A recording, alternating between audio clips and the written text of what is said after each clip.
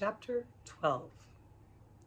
In this chapter, it's important to understand two different diseases. The first one, dysentery, which is inflamed intestines with massive diarrhea. And the other being cholera, which is bacterial infection of the small intestine that produces watery diarrhea, and it's very contagious. Chapter 12. The Voyage to Nowhere. It was December 1st, 1817, and Adoniram was halfway through his early morning walk around Rangoon when he stopped dead in the middle of a muddy street. "Why didn't I think of it before?" He laughed out loud to himself. Of course, that's the answer. Adoniram hurried home to Anne, the idea percolating in his head as he walked. "Anne, I have the answer," he called as he walked into the courtyard of the mission house. "To what?" Anne called back from the other end of the house. "To the problem of being Burmese and being a Christian." Anne walked into the courtyard and gave her husband her full attention. "Remember the letter we received last week from William Carey?" asked Adoniram. Anne nodded. In the letter, Carey said there's a handful of Burmese Christians living in Chittagong. Well, I've been thinking, what if I were to go to Chittagong and invite one or two of these Christians to join us in Rangoon? They could preach and answer questions. Surely then the people here couldn't argue that it's impossible to be Burmese and a Christian. We would have a Burmese Christian to introduce to them and prove them wrong. Adoniram watched as his wife's eyes shone. "It's a wonderful idea," Anne said. "Just what the Burmese people need to see. And now's a perfect time to go to Chittagong. The Hughes are here to help run the mission, and a sea voyage is just what you need to give your eyes a rest," she added. "Yes," said Adoniram. "It won't be easy, though, finding a ship going that way, but I'll start looking." Adoniram began keeping a close eye on ships coming and going from Rangoon, hoping to find one headed for Chittagong, a small seaport at the northern end of the Bay of Bengal, about 200 miles east of Calcutta and 50 miles west of Burma's border with India.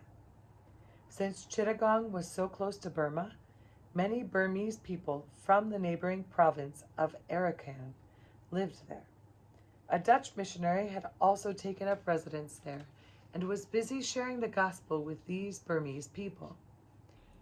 With favorable winds, it normally took about 2 weeks by ship to get to Chittagong from Rangoon. Adoniram hoped to find a ship headed northwest to Calcutta that would make a detour and stop in at Chittagong so that he could disembark. Once he had convinced one or two of the Burmese Christians there to return with him, he would search for a ship that could bring them all back to Rangoon. After a week of looking, Adoniram could hardly believe it when the two brothers sailed into Rangoon. The two brothers was apparently about to make a round trip to Chittagong, something he had never heard of a ship doing from Rangoon before. Surely, he told Anne, this was God's way of telling him now was the right time to go. On Christmas Day, 1817, the two brothers hoisted sail and set off down the Rangoon River, bound for Chittagong. Almost immediately, Adoniram became violently ill. He thought it was a combination of seasickness and the intense headaches he had been experiencing as a result of eye strain. The captain assured him that they would be in Chittagong in 10 or 12 days, and Adoniram reassured himself that he could easily endure any discomfort for that length of time. By the end of the second day, the two brothers was being lashed by strong headwinds. The captain visited Adoniram, his sole passenger, and explained that the voyage might take a day or two longer than first thought because of the adverse winds. He was wrong.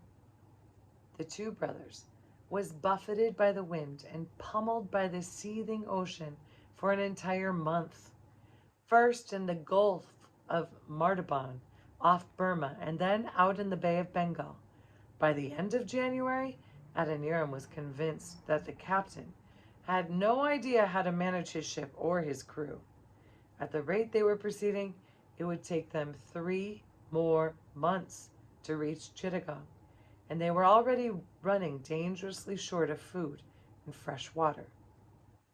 On February 1st, 1818, long past the date Adoniram had anticipated being in Chittagong, the captain finally decided it was hopeless trying to reach their original destination. He gave the order for the crew to turn the ship southwest and follow the prevailing winds to Madras, India. The whole turn of events reminded Adoniram very much of when he had been kidnapped by privateers in the Atlantic Ocean. Once again, he was half starved and headed to somewhere he did not want to go. With the wind at her back, the two brothers made good time crossing the Bay of Bengal, but as the ship approached the coast of India, the winds shifted and conspired with the tides to beat her back. The captain spent another month trying unsuccessfully to maneuver the ship close enough to land to drop anchor off Madras. But by now it was the end of February, and the situation on board was desperate. There was no food or water left on the ship, and the only way to get any was to beg it off the few native boats that ventured out that far into the Indian Ocean. On a good day, each person aboard the two brothers was lucky to get a cup of water and a spoonful of moldy rice. For Adoniram, things were even more desperate. What at first had seemed like a case of seasickness had turned into dysentery. Adoniram was too sick to eat, and his raging fever could not be quenched by the small amount of water he was given each day. He lay in his bunk for days on end, too weak to get up. He only faintly understood when the captain came to tell him he had abandoned all hope of reaching Madras, and instead the ship was now headed 300 miles farther north to the small port of Masulipatam. Adoniram began to fade in and out of consciousness. When he was conscious, he thought about Anne back in Rangoon. He wondered how long it would be after his death before she received word of it. Finally, 3 months to the day after setting out so optimistically from Rangoon, the two brothers arrived off the coast of Masulipatam. The sea was now calm, and the crew were eager to go ashore. The captain asked Adoniram if he would like to be carried ashore, but Adoniram could hardly concentrate long enough to think about what to do next. Eventually, though, he managed to scribble a note. He addressed it to any English resident and begged whoever read the note to come and get him from the ship so that he could die in peace on dry land. Late in the afternoon, a boat rowed by British soldiers in red uniforms came to collect Adoniram. The soldiers lifted him onto their boat, where he lay drooped across the bow as they rowed him ashore. Adoniram was met at the dock by a British Army officer who insisted Adoniram be his personal guest. With some fresh clothes to wear, a cool bed to lie upon, and plenty of food and water, Adoniram made a speedy recovery, which astonished him. He had been certain he was going to die, but instead of being laid out in a coffin, he was up and strolling around. Once his strength returned, Adoniram turned his attention to getting back to Rangoon. He fretted that Anne, after not hearing a word from him in nearly 4 months, would imagine the worst, and he was eager to get back to her. However, he flatly refused to reboard the two brothers and sail south to Madras, the nearest major Indian port, where there was usually a steady stream of ships coming and going. Instead, he decided to travel the 300 miles to Madras overland. On April 1st, 1818, Adoniram thanked the British officer for his kindness and generosity and set out to hire a palanquin, a padded box carried by 4 men. As he traveled along in the palanquin towards Madras, Adoniram thought about how things had changed in India for him. Where once he had been hounded by British officials who wanted to arrest him and deport him to England, now a British Army officer had taken him in and shown him great kindness. He had done so not only because Adoniram was in such obvious need, but also because the East India Company was now a little more tolerant of missionaries coming to India, though it still exercised great power over who was and wasn't allowed to stay in the country. As well, it was obvious to all, even the most narrow-minded East India Company official, that Adoniram had not come to India to stay as a missionary. Rather, he was the innocent victim of regrettable circumstances that had marooned him in the country. As soon as he could, he would be on his way back to Burma. When Adoniram finally reached Madras, more disappointment awaited him. Not a single ship in the harbor was headed north, farther on up the Bay of Bengal, and none was expected until July or August. Once again, Adoniram felt trapped. He could do nothing but wait and pray that he would make it back to Rangoon soon. In Madras, the Reverend Mr. Thomason, a chaplain with the East India Company, invited Adoniram to stay with him for as long as he needed. Appreciative of the offer, Adoniram tried to make himself useful, helping Mr. Thomason whenever and however he could. At lunchtime each day, he walked to the docks to see whether any new ships were on the horizon. In late July, Adoniram finally found a captain whose ship was headed for Rangoon, but before he booked passage, he made some inquiries about the ship and its captain. He had no intention of being buffeted around the Bay of Bengal for another 3 months at the hands of an incompetent mariner. Everything was in order, and so with great relief, Adoniram said farewell to Mr. Thomason and set sail for Rangoon. Thankfully, the trip back was swift and comfortable. On August 2nd, 1818, Adoniram stood on deck and watched happily as the pilot boat slipped through the mouth of the Rangoon River on its way to meet them. His happiness was short-lived, though. The pilot had some disturbing news for Adoniram. As far as he was aware, the mission in Rangoon had broken up. Adoniram questioned him repeatedly, but it was no use. The pilot did not know anything more, and he had no idea what had happened to the missionaries.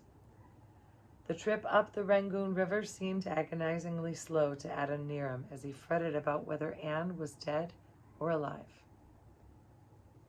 And he wondered why the mission had broken up, and what had happened to the printing press and his nearly completed revision of the Burmese grammar book and the dictionary. The questions plagued him, but he knew there would be no answers until he reached Rangoon. Long afternoon shadows stretched across the countryside when the golden roof of the Shwe Dagon pagoda came into view. Looming above the jungle, Adoniram was nearly home. He went below and collected his things. He didn't have much, since he had packed only enough for about a month. Not for the 7 months it had been since he set sail from Rangoon. And while he was still disappointed to be returning without a single Burmese Christian, the thought paled in comparison to the fears he had for his wife's safety. Tears of joy welled up in Adoniram's eyes and streamed down his face when he saw Anne standing next to George Hugh on the dock. His wife was alive and well. Adoniram rushed down the gangplank as soon as it was lowered, and he embraced Anne. Together they talked long into the night. Anne insisted Adoniram tell his story first. She wanted to know where he had been and why he hadn't brought any Burmese Christians back with him from Chittagong. When Adoniram was done telling her of all his misadventures, Anne told him of all that had happened in Rangoon since he had left. He was shocked by the awful things that had occurred during his 7-month absence.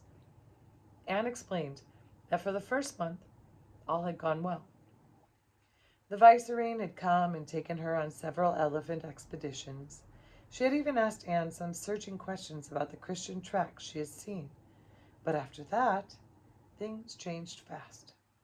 The viceroy was promoted, and he and the vicereine had moved to the royal city of Ava. The new viceroy of Rangoon was a single man, and so Anne, being a woman, could not present herself to him. Women in Burma were not permitted to speak to male officials. Regrettably, George Hugh did not know much Burmese, so the missionaries had no proper way of introducing themselves to the new viceroy. Soon after the new viceroy's arrival, an order came from the courthouse for George Hugh to present himself there. No reason was given why his presence was required, and Anne began to fear something bad was going to happen now that they were no longer under the favor of the viceroy. George Hugh went to the courthouse, where officials told him that all foreign teachers had been banned from Burma, and if George did not tell the Burmese officials everything he had been doing in Rangoon, they would write their report with his blood. The officials arrested him and questioned him for 2 days. Since George could speak only few words of Burmese, and the officials could not speak a word of English, the questioning was long and torturous.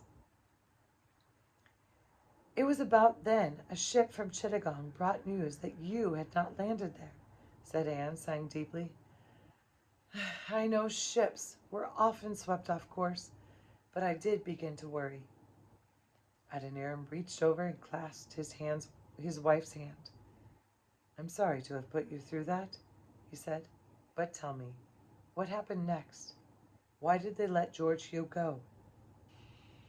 Anne smiled. I was beginning to give up hope of ever seeing him or you again when our Burmese language teacher came to visit. He suggested I write a petition on behalf of the mission and submit it to the viceroy. In doing so, he told me, we would find out whether the viceroy had ordered George Hugh's arrest or if his officials had done so without his knowledge in order to try to extract a bribe from the mission in return for George's release. The viceroy was very angry when he read the petition. Why has the foreign teacher been treated this way? He demanded of his officials. The officials got the message, and after an apology from them, George Hugh was released and wasn't bothered again. But no sooner had he been released than something much worse happened. Cholera broke out. How can that be? Interjected Adoniram. Cholera is only found in India. Not anymore, replied his wife grimly. There was no mistaking it. It was awful. Thousands of people died. The death drums beat all day and all night. It was so frightening. A healthy person could wake up well and happy in the morning and be in his grave by dinner time. I was so scared. Sometimes I wished you were here with me, and other times I was glad you were away from the terrible disease. Adoniram could see Anne's eyes welling up with tears, which Anne dabbed with the corner of a handkerchief. On top of that, she said after regaining her composure, the ships that did come to Rangoon brought rumors of a war brewing between the Burmese and the British. Did you hear anything about it in Madras? Adoniram nodded. I heard that tensions were building along the border between Burma and India. Fortunately, the rumors didn't come to anything, but they scared Phoebe Hughes so much. She insisted that George and she move to Calcutta, said Anne. And what made them change their minds? Asked Adoniram. They haven't, said Anne. In fact, they left on a ship a week ago, but it had to turn back when it got into the open sea. The cargo in the hold shifted dangerously. As soon as it's reloaded, they intend to be off again. George packed up the printing press, and it's stowed on board the ship. Adoniram frowned. But the press was donated for use in Burma, he said, a note of frustration and disappointment in his voice. I know, replied Anne soothingly. George says he will keep printing anything we translate. He just wants to do it at a safe distance from Rangoon. That's all. Adoniram and Anne sat in silence for a moment. Oh, I almost forgot, exclaimed Anne. There is one piece of good news. I received a letter 2 months ago saying the Baptist Missions Board is sending out 2 new missionaries and their wives to join us. They are the Wheelocks and the Colemans. Adoniram smiled broadly. God takes one family from us and replaces it with 2, he chuckled. Thank goodness Luther Rice went back to the United States to stir up interest in missionary work. Think what we'll be able to do with 3 missionary families here, said Anne excitedly. I just know everything is going to work out fine, especially now that you're home. As Adoniram Judson looked into his wife's bright blue eyes, sparkling with hope, he almost convinced himself she was right. But deep down inside, he had a nagging feeling the worst was yet to come.